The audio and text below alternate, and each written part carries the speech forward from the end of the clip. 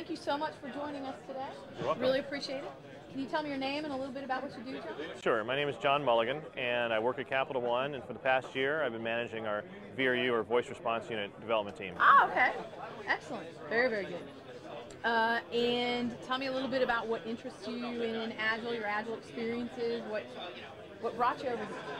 Well, I started Agile about 4 years ago when we were doing a decommissioning project for our Oracle databases, and we had tried this project several times in the past, and using the waterfall methodology, it was unsuccessful.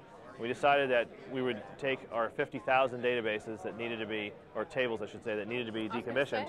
Yeah, 50,000 tables, and said if we chunk them up and do it in an Agile manner and just sort of keep working at it, it's sort of like that old joke about how do you eat an elephant, it's one bite at a time. That's right. And we finally started doing that, and we ended up finishing the project about 3 months early and at about $1.5 million less than originally intended.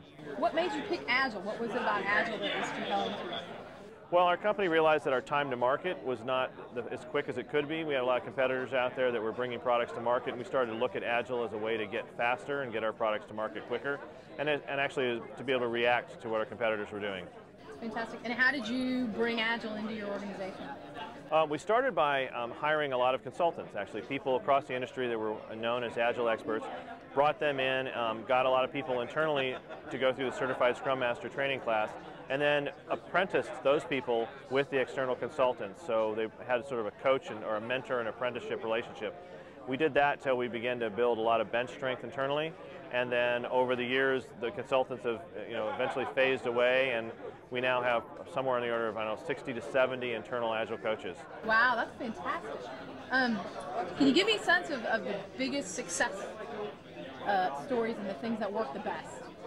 Well, I can think of one just recently with the VRU. We have a middleware replacement project that we've been doing for about a year, and the VRU team is an Agile team. It's been working on 2-week sprints, but several of our partners that had to get involved were either some of them were Agile teams, some of them were waterfall, and we needed to bring them all together. Ah, yeah, that's a big challenge. And so we started working somewhat independently. Everybody had their own stories and their own sprints, and we realized that that was not getting us to the deadlines that we wanted to achieve.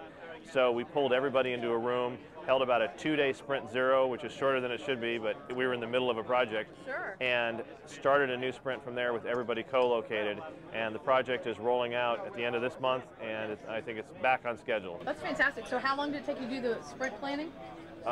2 days. That's great. Yeah. That's fantastic. Conversely, can you tell me one of the biggest challenges that you had where it didn't go kind of the way you thought it would? Well, I think our biggest challenge is there's a lot of skepticism still. Really? Some of our people at Capital One are not fully bought into the concept of Agile. On the business side more? No, actually on the technical side. Really? Yeah, there's some people that have the feeling that Agile is more of what's the right word? A cult. Okay. And that it's uncontrolled. And we've actually done some demonstrations to show that some of the Agile teams are more controlled than some of the waterfall teams are. And especially being a bank, we have to make sure that we're very well controlled and well managed. Since we're regulated by a lot of different government agencies, we have to be able to show that we're doing things in a well-regulated manner. Sure. So the Agile teams were able to do that. Even though they were able to move quickly and it sort of looks like they're a little bit less well managed, they actually are doing everything like they should. That's fantastic.